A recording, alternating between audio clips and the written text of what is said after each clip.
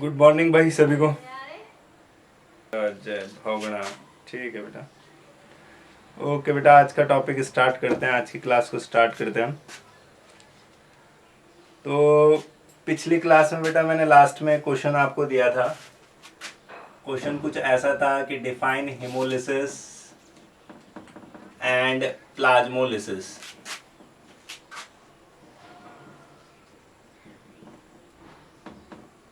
जरा आंसर बताएं अगर आप लोगों ने करा है तो।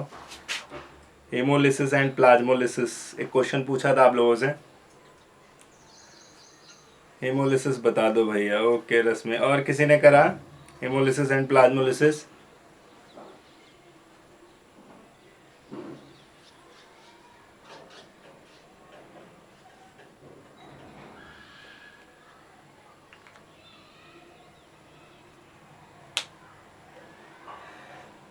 ओके अच्छा, भावना जी नहीं है। Plasmolysis is a shrinking of cytoplasm of cell wall. ठीक है बेटा, ठीक है बेटा, समझ लो।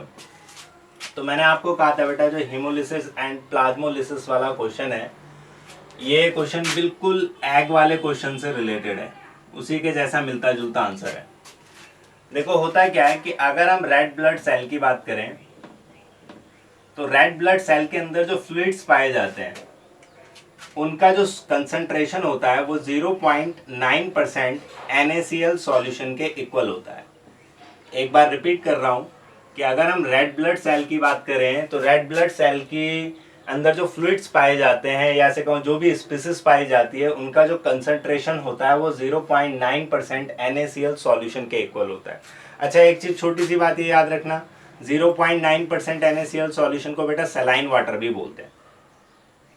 ठीक है, अब सोच के देखो कि आप अगर रेड ब्लड सेल को, ये हमारी मान लीजिए रेड ब्लड सेल है जिसके अंदर का सॉल्यूशन का कंसंट्रेशन लगभग कुछ ऐसा है, और आपने इसको वाटर के अंदर डाल दिया बेटा, आपने इसको वाटर के अंदर डाल दिया बेटा, तो सोच के देखो क्या होगा अगर रेड ब्लड सेल को वाटर के कांटेक्ट में रखा जाए। तो सोच के देखो बेटा क्या होगा, जरा जल्दी से बताओ मेरे को, तुम्हारे हिसाब से क्या होगा? Okay Arpita, haemolysis when erythrocytes swell up and burst due to osmosis। Okay, तो जरा सोच के बताओ बेटा, मैंने कहा रेड ब्लड सेल है, रेड ब्लड सेल के अंदर जो फ्लूइड्स पाए जाते हैं उनका कंसंट्रेशन 0.9% NaCl सॉल्यूशन है जिसको आप सलाइन वाटर भी बोलते हैं, इसके इक्वल होता है बेटा। तो आप जरा इमेजिन करो कि अगर रेड ब्लड सेल को वाटर के कांटेक्ट में रखा जाए तो क्या होगा बेटा? सोच के बोल बेटा। रांगड़, श्रिंक क्यों होगा? श्रिंक क्यों करेगा भाई?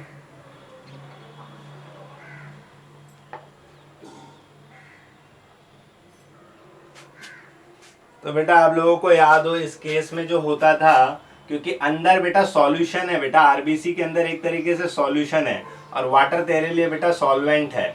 तो हमने क्या पढ़ा था बेटा कि यहाँ पे सॉल्वेंट के जो मॉलिक्यूल है वो ऑस्मोसिस के कारण बेटा अंदर जाएंगे आरबीसी के, और इसके कारण क्या होगा, जो आरबीसी होगी वो स्वेल कर जाएगी और हो सकता है बेटा बस्ट भी कर जाए, फट भी जाए। तो ये जो फिनोमिना है इसी को हम कहते हैं होमोलिसिस। इस फिनोमिना को हम कहते हैं होमोलिसिस। ठीक है, तो एक बार रिपीट कर रहा हूं बेटा गौरव, मैंने कहा हम हीमोलिसिस और प्लाज्मोलिसिस की बात कर रहे हैं बेटा। तो मैंने क्या कहा कि अगर मैं रेड ब्लड सेल की बात करूं तो रेड ब्लड सेल के अंदर जो फ्लूइड्स पाए जाते हैं या ऐसे कहूं जो भी स्पीसीज उसके अंदर प्रेजेंट होती है उसका जो कंसंट्रेशन होता है वो इक्वल होता है बेटा 0.9% NaCl सॉल्यूशन के इक्वल। अच्छा, एक चीज और ध्यान रखना है, 0.9% NaCl सॉल्यूशन जो होता है इसको सलाइन वाटर भी बोलते हैं बेटा। अब इमेजिन कर जरा इस सिचुएशन को ले कि आपने आरबीसी ली और आरबीसी को ना बेटा वाटर के कांटेक्ट में रख दिया। ये कुछ क्वेश्चन वैसा है जैसे एग वाला क्वेश्चन था ना, कि आपने एग को वाटर के कांटेक्ट में रख दिया। तो उस केस में क्या होगा कि हमारा वाटर जो होगा वो ऑस्मोसिस के कारण बेटा आरबीसी के अंदर एंटर करने लगेगा, और अगर आरबीसी के अंदर एंटर करेगा तो जो आरबीसी होगी बेटा वो स्वेल कर जाएगी, और एक केस ऐसा भी आ सकता है कि बेटा हमारी जो आरबीसी है वो बस्ट हो जाए, फट जाए। तो ये जो फिनोमिना है इसी फिनोमिना को बेटा हम बोलते हैं हीमोलिसिस। बेटा पिछली बार मैं होमोलिसिस बोल गया, वो हीमोलिसिस था बेटा, हीमोलिसिस कहते हैं बेटा इस फिनोमिना को। ठीक है, अब अच्छा एक छोटी सी और बात बता दूं बेटा, जरूरी नहीं है कि वाटर ही हो, जरूरी नहीं है कि वाटर ही के उसमें रखा, वाटर के ही कांटेक्ट में रखा जाए। आप ऐसे समझिए, आप अगर इसको उस सॉल्यूशन के कांटेक्ट में भी रखोगे ना जिसकी कंसंट्रेशन इससे कम हो, एक बार रिपीट कर रहा हूं, अगर आप उसके कांटेक्ट में भी रखोगे जिसकी कंसंट्रेशन इससे कम हो, आरबीसी के सॉल्यूशन से कम हो, तो तभी भी आपको हीमोलिसिस का फिनोमेना दिखाई देगा। लेकिन अगर इसके अपोजिट सोचो बेटा, कि अगर मैं आरबीसी को इससे ज्यादा कंसंट्रेटेड वाले सॉल्यूशन के अंदर रख दूं बेटा, जिसका नाम अभी बोलते हैं बेटा, ज्यादा कंसंट्रेटेड वाले सॉल्यूशन के लिए बोलते हैं हाइपरटोनिक सॉल्यूशन। इसको आगे आगे डिस्कस करूंगा बेटा, अभी मैं केवल नाम बता देता हूं कि अगर इस आरबीसी को हाइपरटोनिक सॉल्यूशन के अंदर रखा जाए, हाइपरटोनिक सॉल्यूशन का मतलब होता है कि वो सॉल्यूशन जिसका कंसंट्रेशन इस आरबीसी के सॉल्यूशन से ज्यादा होगा बेटा। तो सोच के बताओ बेटा, इस केस में क्या होगा, आरबीसी को हाइपरटोनिक सॉल्यूशन के कांटेक्ट में रखा जा रहा है, मतलब ऐसा सॉल्यूशन जिसकी कंसंट्रेशन इससे ज्यादा है बेटा, और आरबीसी वाले के अंदर जो सॉल्यूशन है उसका जो कंसंट्रेशन है वो एक तरीके से लो है। तो जल्दी से बताओ इस केस में क्या होगा तुम्हारे हिसाब से? श्रिंक कर जाएगी बेटा। ऑब्वियसली इस केस में आरबीसी के अंदर का जो सॉल्वेंट होगा वो बाहर आने लगेगा, और इसके कारण जो आरबीसी होगी बेटा वो श्रिंक करने लग जाएगी, और इस फिनोमिना को बोलते हैं बेटा प्लाज्मोलिसिस। तो मैंने इसलिए पहले भी बोला था बेटा कि ये हीमोलिसिस एंड प्लाज्मोलिसिस बिल्कुल कनेक्टेड है। जो एग वाला क्वेश्चन हमने पढ़ा था ना, सेम टू सेम वही है। सोयल वाला जो केस होता है बेटा उसको हीमोलिसिस बोलते हैं, और जिसमें श्रिंक करता है बेटा उस केस में हम प्लाज्मोलिसिस कहते हैं। अब जल्दी से बताओ क्या समझ में आया आप लोगों को? ओके ओके ठीक है बेटा, आगे बढ़ते हैं, फिर नेक्स्ट स्टार्ट करते हैं जरा।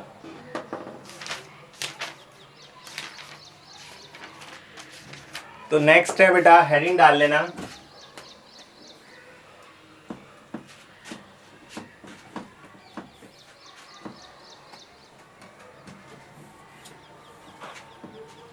नेक्स्ट है हमारा want half theory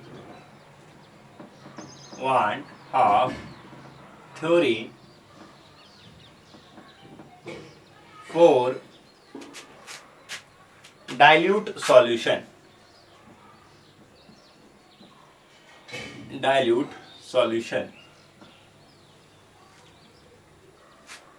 want of theory for dilute solution। अच्छा बेटा, पिछली वीडियो ना बेटा जो हमने YouTube में डाली थी वो बेटा करप्ट हो गई थी, और ख़ास बात है मैंने बेटा वो वीडियो भी डिलीट कर दी।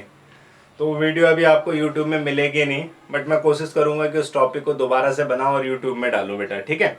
तो स्टार्ट करते हैं want half theory for dilute solution. देखो सबसे पहले कि वांट हाफ ने क्या सजेस्ट किया जरा वो समझ लो।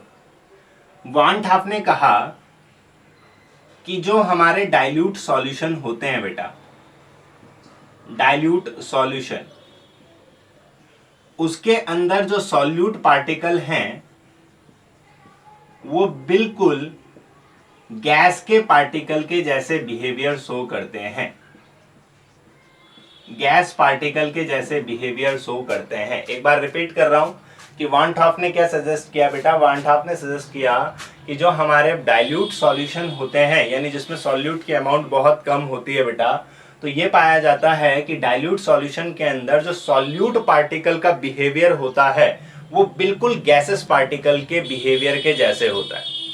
तो इसके बेस पे वान हाफ ने सजेस्ट किया कि अगर डाइल्यूट सॉल्यूशन के अंदर सॉल्यूट पार्टिकल का बिहेवियर गैस पार्टिकल के जैसे है, तो उन्होंने कहा कि जो लॉ हम गैस के लिए अप्लाई करते थे, जिनको आप गैसेस लॉ भी बोलते थे बेटा, उन्होंने कहा कि ये लॉ हम बेटा डाइल्यूट सॉल्यूशन पे भी अप्लाई कर सकते हैं।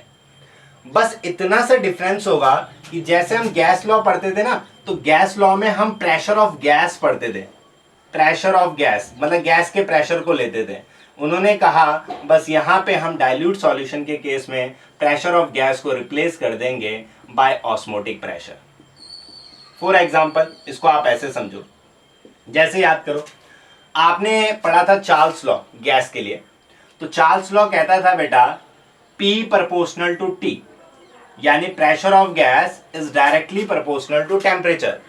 तो वान हाफ ने कहा कि ये लॉ हम ना डाइल्यूट सॉल्यूशन पे भी अप्लाई कर सकते हैं। बस हम क्या करेंगे, प्रेशर ऑफ गैस को रिप्लेस कर देंगे बाय ऑस्मोटिक प्रेशर।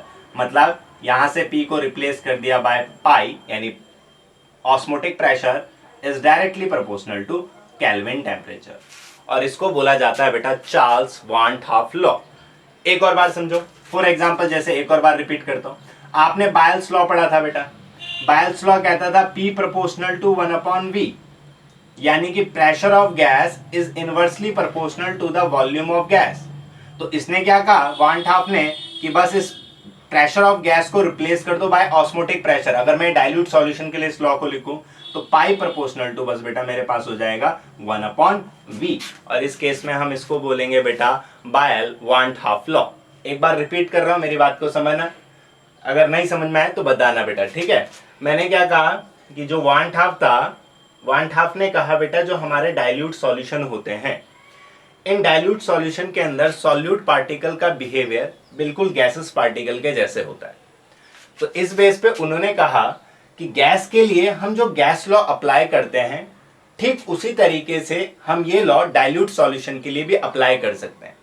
बस अंतर ये होगा कि गैस लॉ में जो हम प्रेशर ऑफ गैस यूज कर रहे हैं, उस प्रेशर ऑफ गैस की जगह हम ऑस्मोटिक प्रेशर यूज करेंगे। जैसा एग्जांपल के लिए चार्ल्स लॉ में था बेटा P प्रोपोर्शनल टू T, यानी pressure of gas is directly proportional to Kelvin temperature. तो वान हाफ ने कहा बेटा इस प्रेशर को हटाइए, और सॉल्यूशन के लिए अगर इस लॉ को लिख रहे हैं तो प्रेशर ऑफ गैस की जगह पे आ जाएगा ऑस्मोटिक प्रेशर ऑफ सॉल्यूशन, यानी osmotic pressure is directly proportional to Kelvin temperature, और इस लॉ को नाम दे दिया बेटा Charles van't Hoff law. Same ऐसे ही यहाँ बायल्स पे भी हो जाएगा। बायल क्या कहता था बेटा P प्रोपोर्शनल टू 1/V, तो हमने क्या करा बेटा P को रिप्लेस कर दिया बाय पाई, यानी पाई प्रोपोर्शनल टू 1/V, और इस लॉ को नाम दे दिया बेटा हमने बायल वान हाफ लॉ। अब जल्दी से बताओ क्या समझ में आई मेरी बात, या मैं लिखाना स्टार्ट करूं? अगर किसी को भी डाउट है तो बेटा पूछ लो। भैया ये टॉपिक तो कट है बेटा, ये नहीं है बेटा, वो वान हाफ अलग चीज है बेटा, वो वान हाफ फैक्टर है जो कट है बेटा जया, वो वान हाफ फैक्टर कट है। ओके बेटा भावना, एक बार शॉर्ट में बोल देता हूँ जल्दी जल्दी। बेटा मैंने कहा जो वान हाफ है ना, इस वान हाफ ने कहा जो डाइल्यूट सॉल्यूशन है बेटा, उसके अंदर सॉल्यूट पार्टिकल का जो बिहेवियर है वो बिल्कुल गैस पार्टिकल के जैसा होता है। इस बेस पे उसने कहा बेटा कि जो लॉ हम गैस पे अप्लाई कर सकते हैं ना, वही लॉ डाइल्यूट सॉल्यूशन पे भी अप्लाई कर सकते हैं। बस डिफरेंस इतना होगा बेटा कि गैस लॉ में हम यूज करते थे pressure of gas, dilute solution में यूज करेंगे ऑस्मोटिक प्रेशर, और यहाँ पे सेम वही बायल्स लॉ बनाएंगे, वही चार्ल्स लॉ बनाएंगे। बस डिफरेंस इतना होगा, पहले के पढ़ रखे बेटा आपने चार्ल्स लॉ और बायल्स लॉ, बस डिफरेंस इतना होगा कि P को रिप्लेस कर देंगे बेटा पाई से, बस इतना सा डिफरेंस होगा। मतलब जो प्रेशर ऑफ गैस है उसको हम रिप्लेस कर देंगे बाय ऑस्मोटिक प्रेशर से। भवन आप जल्दी से बता आया कि नहीं आया?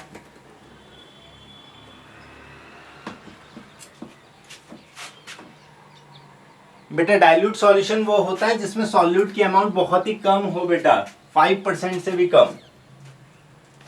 मतलब ऐसे समझ ले 100 ग्राम में 5 ग्राम से भी कम सॉल्यूट डिसॉल्व हो, ऐसे समझ लो आप। भवना आया समझ में बेटा? चलो हेडिंग डाल लो बेटा। सबसे पहले बायल्स van't Hoff law,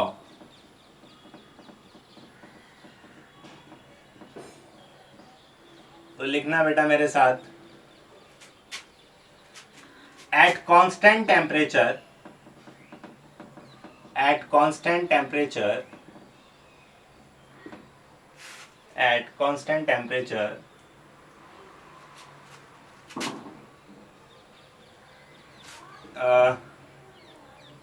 osmotic pressure of dilute solution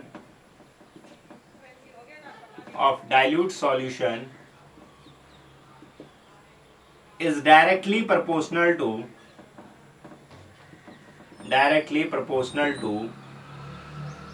concentration of solution, directly proportional to concentration of solution,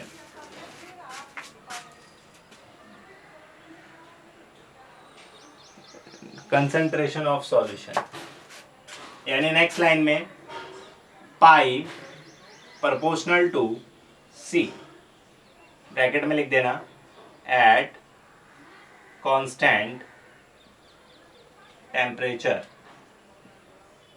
अच्छा, अब तुम्हारे दिमाग में क्वेश्चन आएगा बेटा कि अभी तो भैया ने बोला कि Boyle's van't Hoff law pi proportional to 1/v होता है बेटा, पाई प्रोपोर्शनल टू 1/v। ऐसा इसलिए क्योंकि अभी अभी आपने बायल्स लॉ पढ़ा हुआ था बेटा कि p प्रोपोर्शनल टू 1/v, तो इस अकॉर्डिंग तो होना चाहिए था पाई प्रोपोर्शनल टू 1/v, पर भैया ने लिखा बेटा पाई प्रोपोर्शनल टू c। तो ये कहाँ से आया, जरा इसको समझ लो।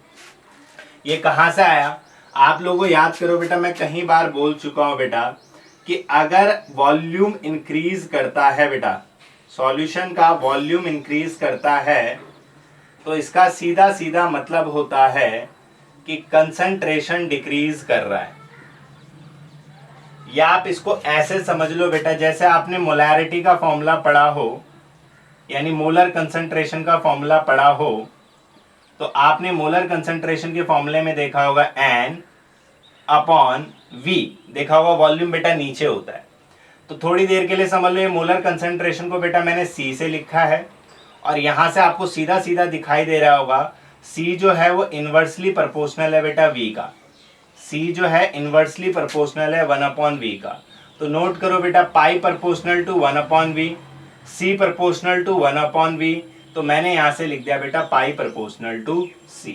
एक बार रिपीट कर रहा हूं बेटा, अगर आपको डाउट होगा इस चीज में, हो सकता है बेटा, एक बार रिपीट कर रहा हूं। मैंने क्या बोला कि हमने बायल्स लॉ पढ़ा P प्रोपोर्शनल टू 1/v, तो उस अकॉर्डिंग ये वाला जो लॉ होना चाहिए था बायल्स वान हाफ लॉ, वो होना चाहिए था पाई प्रोपोर्शनल टू 1/v, लेकिन मैंने लिखा पाई प्रोपोर्शनल टू C।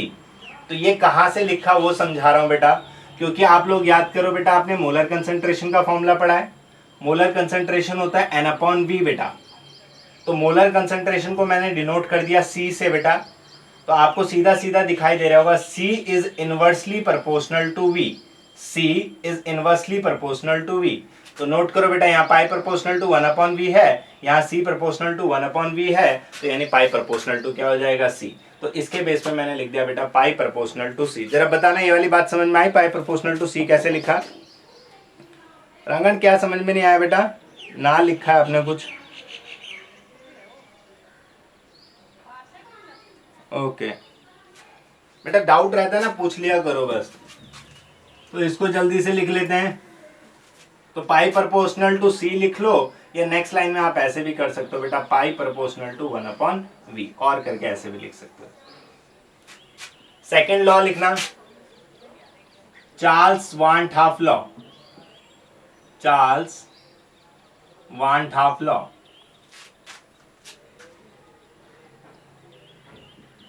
जल्दी से लिख के बताओ, तुम्हारे हिसाब से चार्ल्स वान हाफ लॉ क्या होगा बेटा? जल्दी से बताओ चार्ल्स वान हाफ लॉ क्या होगा, फटाफट आंसर में बताओ, जरा कमेंट करके बताओ बेटा चार्ल्स वान हाफ लॉ क्या होगा। चार्ल्स लॉ से रिलेट कर लो बस इसे। अब प्रेशर ऑफ गैस को हटा के ऑस्मोटिक प्रेशर ले लेना।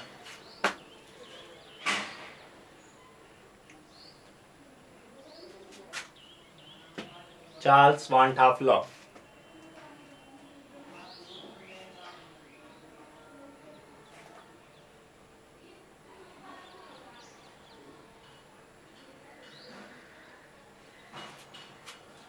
पाई डायरेक्टली प्रोपोर्शनल टू T, बहुत बढ़िया बेटा। Osmotic pressure is directly proportional to temperature, बहुत सुंदर।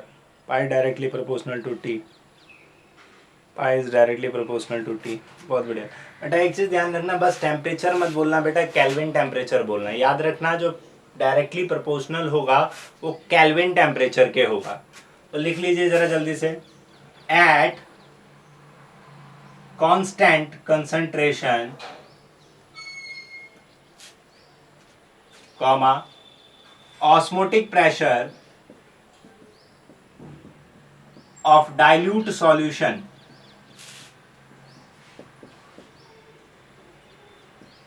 is directly proportional to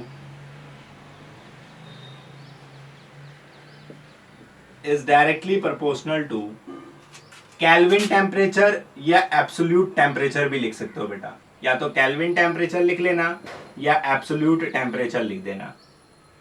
next line में पाई प्रोपोर्शनल टू टी और यहां पे at constant concentration.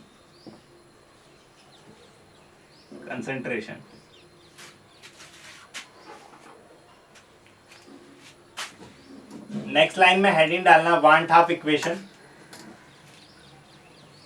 Next line में हेडिंग डालेंगे वांट हाफ इक्वेशन।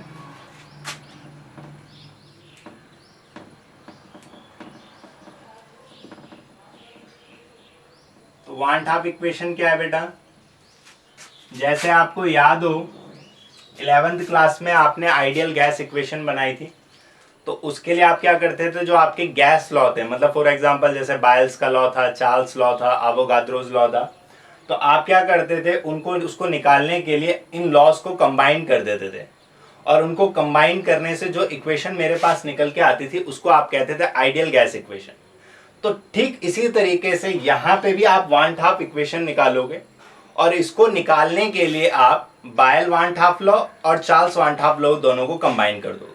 कहने का मतलब मैंने इसको यहां पे मान लिया फर्स्ट और इसको मान लिया बेटा सेकंड, तो मैं कंबाइंड कर रहा हूं, combined first and second, combined first and second. तो अगर मैं फर्स्ट एंड सेकंड को कंबाइन करूंगा तो मुझे यहां से पता लग जाएगा pi proportional to C T, pi proportional to C T. और इसके बाद नेक्स्ट लाइन से मेरे को पता लग जाएगा पाई इज इक्वल टू, मुझे पता है प्रोपोर्शनल हटाना है, तो प्रोपोर्शनल हटाने के लिए एक कांस्टेंट चाहिए बेटा, तो कांस्टेंट को यहाँ एस से डिनोट करते हैं, तो पाई इज इक्वल टू हो जाएगा C S T, pi is equal to C S T, where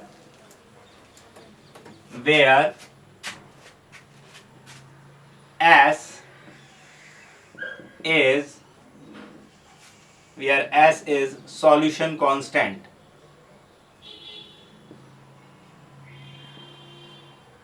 next line में देखो मैं इस इक्वेशन को थोड़ा और एडजस्ट करके लिख रहा हूं। देखो आप लोगों ने पढ़ा था बेटा, जो मोलर कंसंट्रेशन C होती है उसको हम N/V लिख सकते हैं। पाई C, मोलर कंसंट्रेशन C को हम N/V लिख सकते हैं, तो मैंने C को रिप्लेस कर दिया बाय N/V।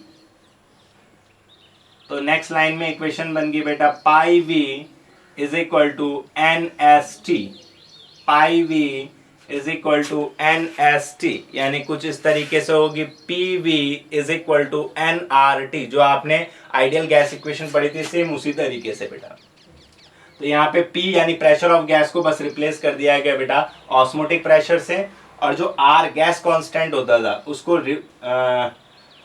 रिप्लेस कर दिया बाय सॉल्यूशन कांस्टेंट से। अच्छा खास बात एक बात बता दूं आपको कि सॉल्यूशन कांस्टेंट और गैस कांस्टेंट दोनों की जो वैल्यू होती है बेटा सेम होती है, इसलिए आप चाहो तो यहाँ पे S को रिप्लेस कर सकते हो बेटा R से। कुछ बुक में आप देखोगे इन्होंने ना S की जगह बेटा R ही लिखा हुआ है, तो रीजन क्योंकि S और R की वैल्यू बिल्कुल सेम होती है, इस कारण से आप S को किससे रिप्लेस S की जगह पे R भी लिख सकते हो बेटा।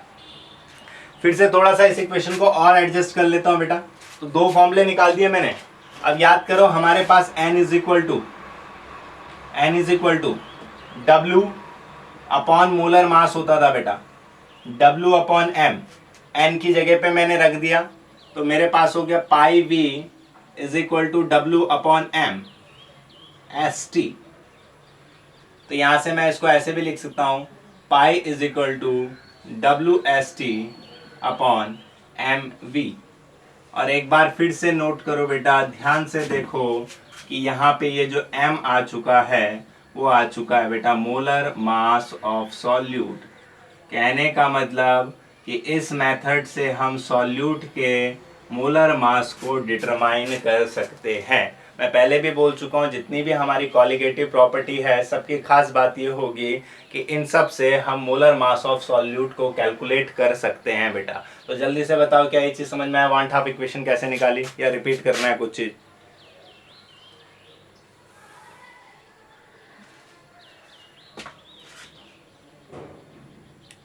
ओके एक छोटा सा क्वेश्चन पूछता हूँ बेटा आप लोगों से, जरा इसका जवाब देना। किसी को नहीं आया तो बता दो बेटा, रिपीट करना है तो बोल दो। अच्छा, मैंने आप लोगों को याद हो, ये आप लोगों के लिए ही दे रहा हूं मैं क्वेश्चन, आपको बताना है।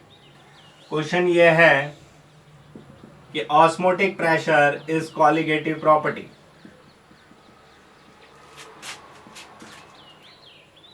Y? Osmotic pressure is colligative property, Y?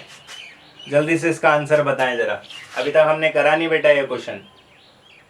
तो osmotic pressure is colligative property, why? आप लोगों के हिसाब से क्यों होगा बेटा ऑस्मोटिक प्रेशर कॉलिगेटिव प्रॉपर्टी?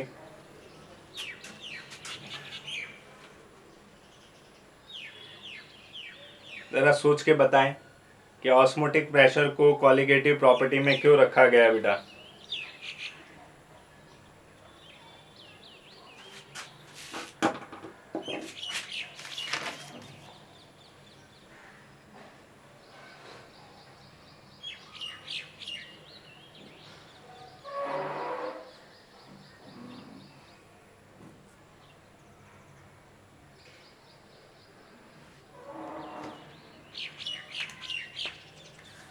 कोई भी बताएं, osmotic pressure is colligative property बेटा। कंसंट्रेशन ऑफ सॉल्यूशन पे डिपेंड करती है। बहुत बढ़िया बेटा। और कोई? Arpita, Rangan, Bawra, Alok. It depends on the mass of solute. Okay, directly proportional to C. बहुत बढ़िया बेटा। It help, Arpita, it helps to determine the molar mass of solute. बेटा ये कोई कंडीशन नहीं है बेटा कि अगर किसी चीज़ से हमें सॉल्यूट, किसी प्रॉपर्टी से हमें सॉल्यूट का मोलर मास कैलकुलेट कर रहे हैं तो इसका मतलब वो कॉलिगेटिव प्रॉपर्टी नहीं होगी बेटा। मैंने ये कहीं नहीं कहा। मैंने ये कहा कि कॉलिगेटिव प्रॉपर्टी से हम molar mass of solute calculate कर सकते हैं, बट मैंने ये नहीं बोला कि अगर किसी प्रॉपर्टी से मैं मोलर मास ऑफ सॉल्यूट निकालूंगा तो गारंटी है कॉलिगेटिव प्रॉपर्टी। ऐसा कहीं नहीं बोला बेटा मैंने। बल्कि मैंने ये कहा था बेटा कि कॉलिगेटिव प्रॉपर्टी वो होगी जिससे, सॉरी, जो number of moles of solute पे डिपेंड करेगी। ठीक है बेटा, आप लोगों ने सभी का आंसर बिल्कुल सही है। सीधा सा आंसर है बेटा। अभी अभी पीछे आप पढ़ चुके हो कि जो पाई है बेटा वो डिपेंड कर रहा है ऑन कंसंट्रेशन, मोलर कंसंट्रेशन। और मोलर कंसंट्रेशन याद करो क्या होता है, N/V बेटा, यानी number of moles of solute. तो इसका मतलब pi also depend on number of moles of solute which dissolve in 1 liter solution. Therefore osmotic pressure is colligative property. Osmotic pressure बेटा मोलर कंसंट्रेशन पे डिपेंड करता है। Molar concentration था N/V।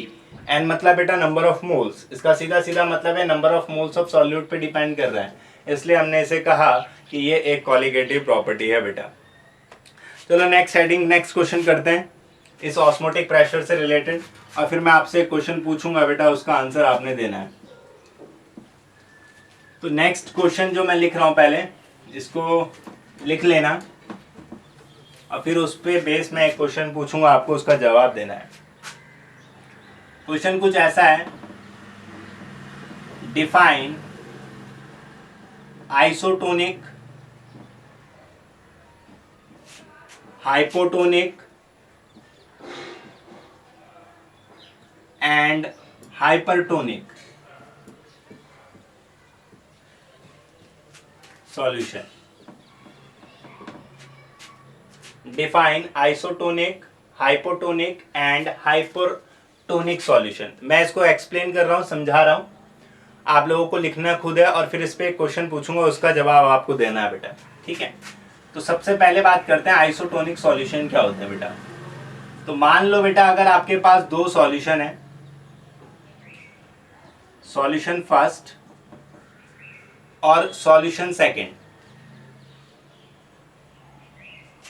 और मान लो इसका ऑस्मोटिक प्रेशर पाई 1 है और इसका ऑस्मोटिक प्रेशर पाई 2 है, और मैं कहता हूं कि इन दोनों का ऑस्मोटिक प्रेशर इक्वल है, यानी पाई 1 इज इक्वल टू पाई 2, तो तब आप कहोगे कि ये दोनों के दोनों सॉल्यूशन बेटा आइसोटोनिक है। आइसो मतलब होता है सेम, तो यानी दो सॉल्यूशन जिनके ऑस्मोटिक प्रेशर बेटा इक्वल होते हैं, आप ऐसे सॉल्यूशन को आइसोटोनिक सॉल्यूशन कहते हैं। लेकिन इसके अपोजिट अगर मान लो आपके पास फिर से दो सॉल्यूशन लेता हूं बेटा, इसको सॉल्यूशन फर्स्ट बोला और इस तरफ सॉल्यूशन सेकंड बोला, ठीक है, और एक का ऑस्मोटिक प्रेशर मान लो पाई 1 है और एक का ऑस्मोटिक प्रेशर मान लो पाई 2 है, और मैं कहता हूं कि pi 1 is greater than pi 2, pi 1 is greater than pi 2, मतलब osmotic pressure of first solution is greater than osmotic pressure of second solution. तो उस केस में आप कहोगे कि जिसका ऑस्मोटिक प्रेशर ज्यादा है वो हाइपरटोनिक सॉल्यूशन कहलाता है बेटा, और जिसका ऑस्मोटिक प्रेशर कम है उसको बोलते हैं बेटा हाइपोटोनिक सॉल्यूशन। एक बार रिपीट कर रहा हूं जल्दी से कि अगर दो सॉल्यूशन आपके पास हो जिनके ऑस्मोटिक प्रेशर बेटा अलग अलग हो, तो उस केस में बेटा जिसका ऑस्मोटिक प्रेशर ज्यादा होगा उसको आप हाइपरटोनिक सॉल्यूशन बोलोगे, और जिसका ऑस्मोटिक प्रेशर कम होगा उसको हाइपोटोनिक सॉल्यूशन बोलोगे। तो आपका काम है कि आप इसको खुद लिखेंगे बेटा। तो अब मैं आप लोगों से इससे रिलेटेड ना एक क्वेश्चन पूछने वाला हूं, ध्यान से सुनना। मेरा क्वेश्चन कुछ ऐसा है कि आपके पास दो आइसोटोनिक सॉल्यूशन थे और आपने उनको एसपीएम से सेपरेट कर दिया। तो क्वेश्चन है कि अगर आप आइसोटोनिक सॉल्यूशन को एसपीएम से सेपरेट करोगे तो आप क्या ऑब्जर्व करोगे, मतलब सॉल्वेंट पार्टिकल किधर से किधर को मूव करेंगे वो आपको बताना है, फर्स्ट क्वेश्चन। और सेकंड क्वेश्चन है बेटा कि आपके पास दो सॉल्यूशन है जिसमें से एक तरफ हाइपरटोनिक है एक तरफ हाइपोटोनिक, सेम ऐसी, और इनको आपने सेपरेट कर दिया बाय एसपीएम। तो क्वेश्चन यह है कि अगर आप हाइपरटोनिक सॉल्यूशन और हाइपोटोनिक सॉल्यूशन को एसपीएम से सेपरेट कर रहे हो बेटा, तो आप क्या ऑब्जर्व करोगे। आपको यह बताना है बेटा कि सॉल्वेंट पार्टिकल किधर से किधर को मूव करेंगे, हाइपरटोनिक टू हाइपरटोनिक, हाइपोटोनिक या हाइपोटोनिक टू हाइपरटोनिक। जल्दी से कमेंट करके आंसर बताओ बेटा। अच्छा एक बार, ओके ठीक है बेटा, मैं एक बार रिपीट कर रहा हूं बेटा, ध्यान से सुनना। मैंने ना दो क्वेश्चन पूछे बेटा गौरव।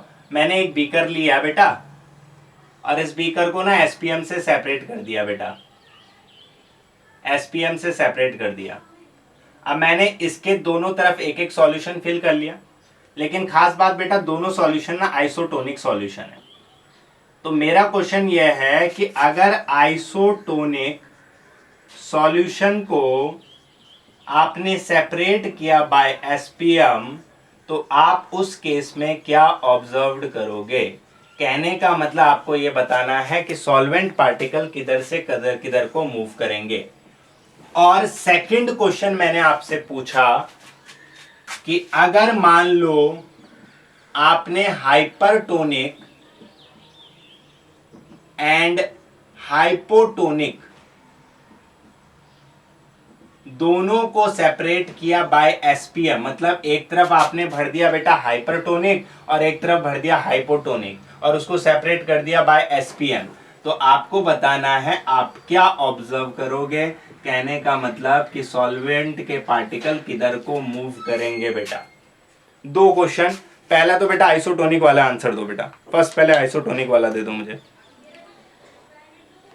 फर्स्ट वाले में ओके देखता हूं मैं, रैंगन का answer hypertonic to hypotonic. First वाले में in isotonic solution no movement occur, first case में कुछ नहीं होगा।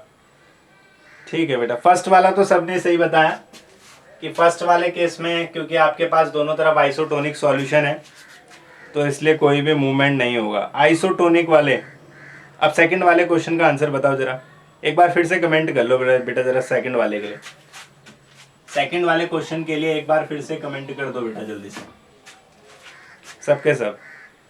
आलोक का आंसर आ गया hyper to hypo, Bhavna ji hyper to hypo, hyper to hypo, सभी का आंसर हाइपर टू हाइपो। कोई बेटा हाइपो से हाइपर तो नहीं है।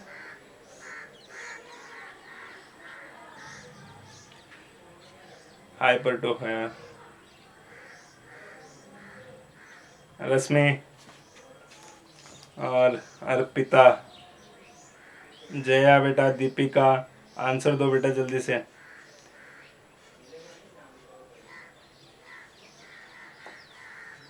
AR गेमिंग किसका नाम है बेटा? नाम क्या है प्रॉपर AR गेमिंग वाला जो है? हाइपरटोनिक टू हाइपोटोनिक, अमन, अच्छा अमन रावत का नाम है। अमन आंसर दे बेटा।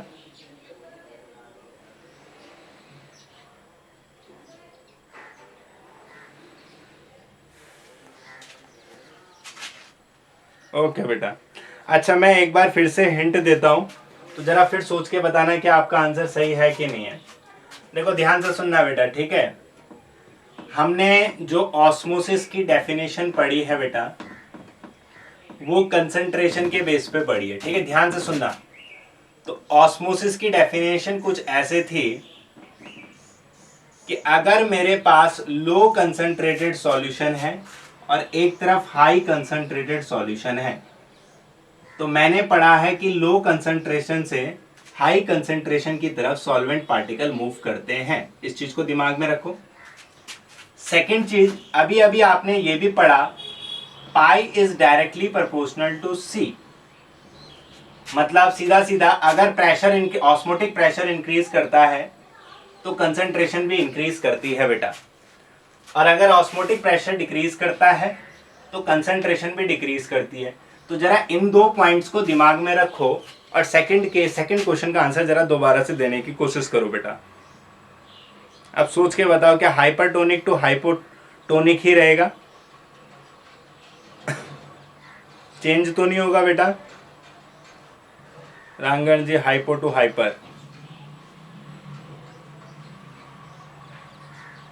Hypo to hyper.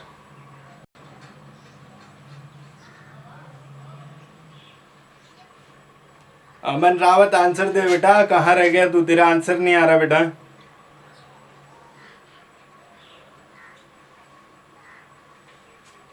Hypotonic to hypertonic. तो बेटा अब आपका आंसर सही है। आंसर है बेटा हाइपोटोनिक टू हाइपरटोनिक। सिंपल सा रीजन है बेटा, समझ लो। देखो आपने अभी अभी पढ़ा कि pi is directly proportional to C, यानी इससे ये पता लगा बेटा जितना ज्यादा ऑस्मोटिक प्रेशर है ना उतना ज्यादा कंसंट्रेशन है। तो सोच के देखो, अगर ये दो सॉल्यूशन है बेटा, ये वाला हाइपरटोनिक है, ये वाला हाइपोटोनिक है, यानी इससे पता लगा इस वाले का ऑस्मोटिक प्रेशर यानी पाई 1 is greater than pi 2।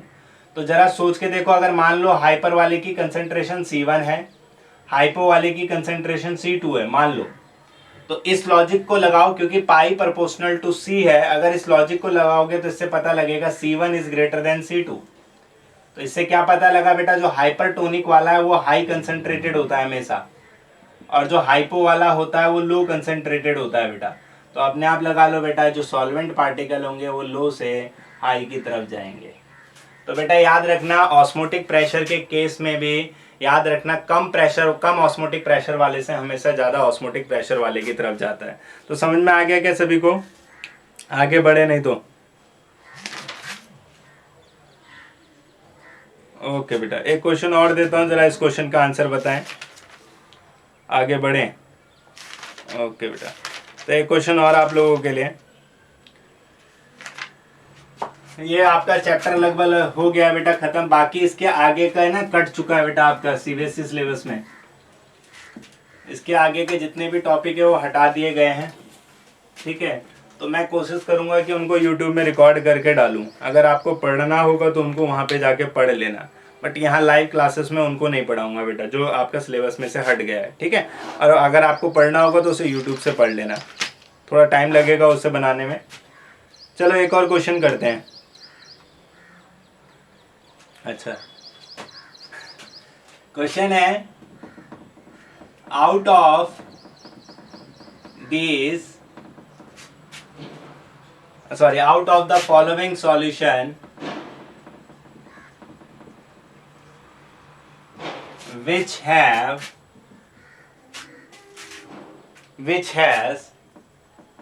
the maximum osmotic pressure,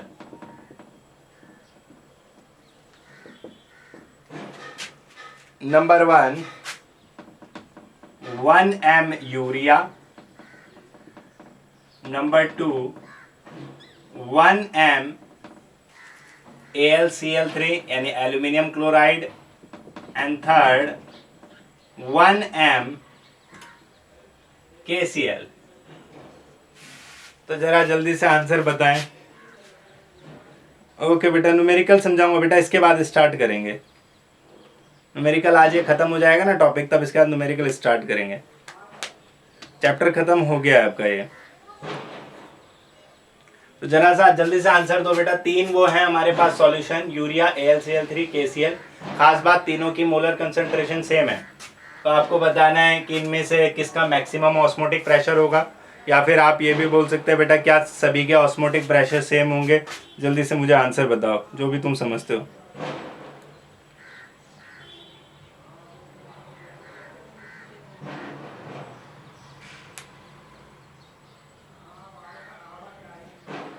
AlCl3, KCl, urea. रश्मि बहुत बढ़िया बेटा, कोई और बताएं। सेम होंगे, भावना बहुत बढ़िया बेटा। सेम होंगे क्या? ओके भैया, सेम, ठीक है। और कोई बेटा? शर्मा जी, भाई इसे क्वेश्चन समझ नहीं आता मुझे। तू ट्राई तो कर, क्यों नहीं आते समझ में। गौरव, सेम होगा। ओके बेटा, सुनना बेटा, ध्यान से समझना इस क्वेश्चन का आंसर को, ठीक है। देखो बेटा, अगर आप इस लॉजिक से चलें, pi is equal to CST, ठीक है बेटा, हम अपने फॉर्मूले से चलें तो ये तो बेटा कांस्टेंट तीनों के लिए सेम रहेगा, तीनों सॉल्यूशन के लिए। टेम्परेचर भी तीनों सॉल्यूशन के लिए सेम ही लेंगे। और नोट करो बेटा, C ना तीनों केस में 1m दिया है। तो अगर इस फॉर्मूले के बेस पे सोचें, क्योंकि तीनों की जो मोलैरिटी है वो सेम है, तो इस अकॉर्डिंग जो हमारा मोलर कंसंट्रेशन आना चाहिए बेटा, वो सॉरी, जो हमारा ऑस्मोटिक प्रेशर आना चाहिए वो सेम आना चाहिए। लेकिन पाया कुछ ऐसा जाता है कि यहाँ पे ना ऑर्डर कुछ इस तरीके का, AlCl3 का सबसे ज्यादा ऑस्मोटिक प्रेशर, फिर KCl वाले का थोड़ा कम, और सबसे कम बेटा यूरिया का है, सबसे कम यूरिया का है। अब रीजन समझो क्यों।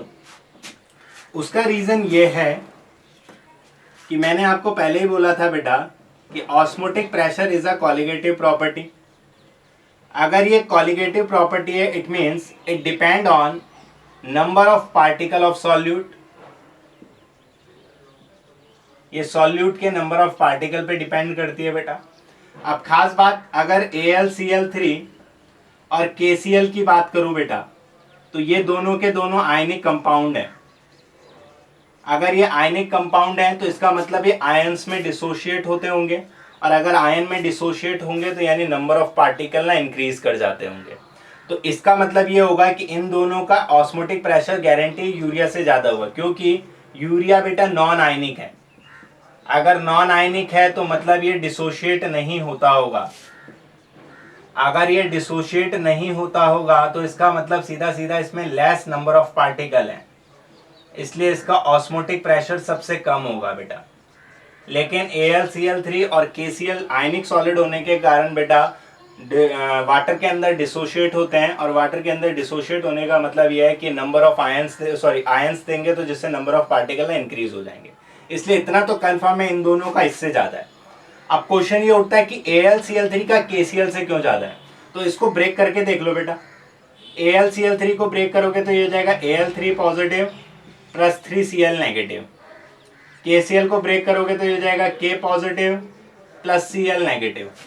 तो KCl ने बेटा 2 आयन दिए हैं, केवल 2 आयन, जबकि AlCl3 ने बेटा 4 आयन दिए हैं। एक तो ये एल्यूमिनियम आयन दिखाई दे रहा है और 3 आयन ये दिखाई दे रहे हैं। तो क्योंकि AlCl3 बेटा KCl से ज्यादा आयन देता है, इसलिए AlCl3 सॉल्यूशन में number of particle KCl solution से भी ज्यादा होंगे। इसलिए सबसे हाई ऑस्मोटिक प्रेशर AlCl3 का होता है और सबसे कम बेटा यूरिया का होता है। क्या समझ में आया अब ऐसा क्यों हुआ? ऐसा क्वेश्चन बेटा पीछे भी करवाया था मैंने आप लोगों को। बिल्कुल सही है बेटा। तो मैं एक बार फिर से आपको एक चीज दोबारा से बता देता हूं, तो कहीं ना कहीं फिर से बेटा मैं आपको ये लगेगा कि ये फॉर्मूला ना बेटा गलत है।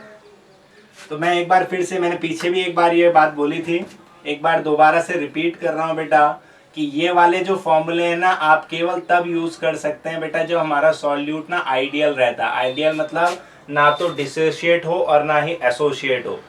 ये फॉर्मूले तब जाके फेल हो जाते हैं जब हमारा जो सॉल्यूट है वो डिसोशिएट और एसोशिएट होता है बेटा। डिसोशिएट या एसोशिएट होता है, वहां पे ये फॉर्मूले फेल हो जाते हैं। तो कहीं ना कहीं बेटा तब आपको ना इन फॉर्मूलों में करेक्शन करने की जरूरत है, मतलब ऐसा करेक्शन कि ताकि हम इस फॉर्मूलों को हर केस में यूज कर सकें।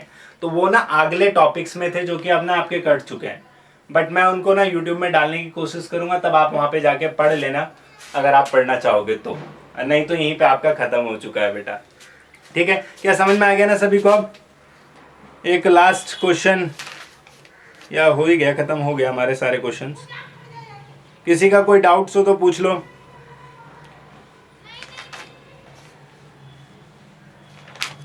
ना भैया। अच्छा मैं एक और क्वेश्चन पूछ लेता हूं, जरा इस क्वेश्चन का जवाब देना। एक क्वेश्चन और पूछ लेते हैं, एक मिनट बेटा। एक क्वेश्चन और पूछ रहा हूं, पुराने टॉपिक से रिलेटेड है, ये क्वेश्चन रह गया था पहले।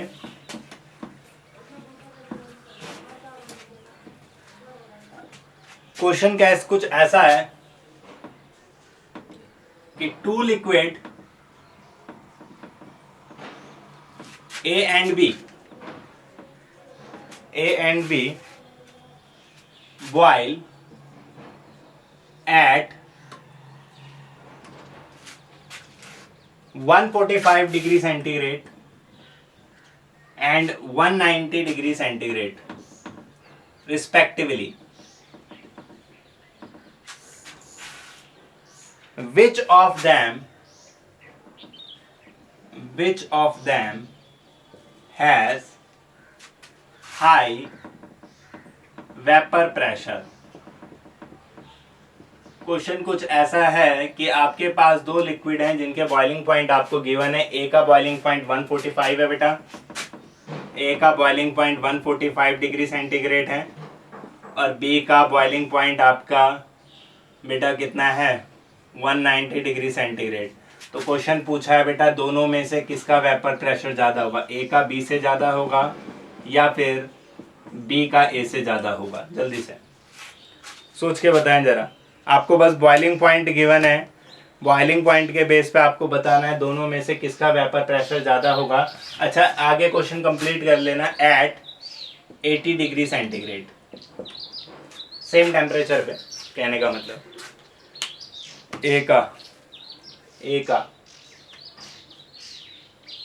ए is greater than B,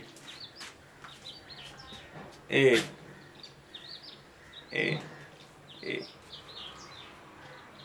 B तो नहीं है बेटा आंसर, जरा सोच लो एक बार दोबारा।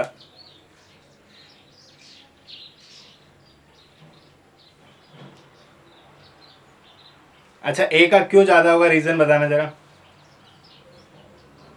ए का ज्यादा क्यों होगा बेटा, रीजन बताएं जरा।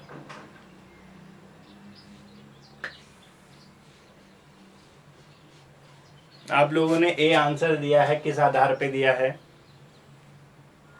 लो बॉइलिंग पॉइंट, ओके।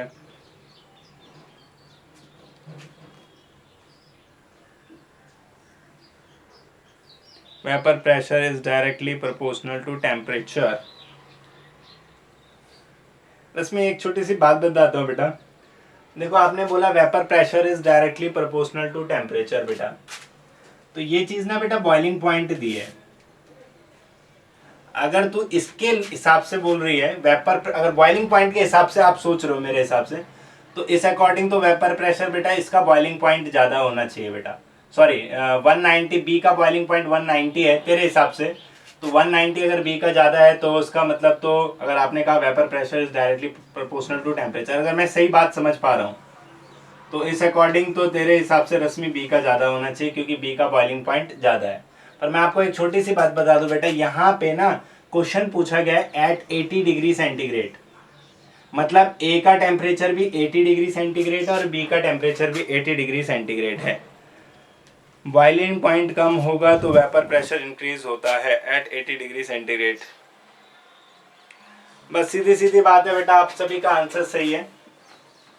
रीजन है लो बॉइलिंग पॉइंट सीधा सीधा ये इंडिकेट करता है बेटा कि वो ज़्यादा वोलाटाइल नेचर का होगा बेटा। लो बॉइलिंग पॉइंट ये इंडिकेट करता है कि वो ज़्यादा वोलाटाइल नेचर का होगा। अगर वो ज़्यादा वोलाटाइल नेचर का है तो इसका सीधा सीधा मतलब ये है कि बेटा वो ज़्यादा से ज़्यादा वेपर बनाएगा, और अगर ज़्यादा से ज़्यादा वेपर बनाएगा बेटा तो इसका मतलब है कि वेपर प्रेशर ज़्यादा होगा बेटा।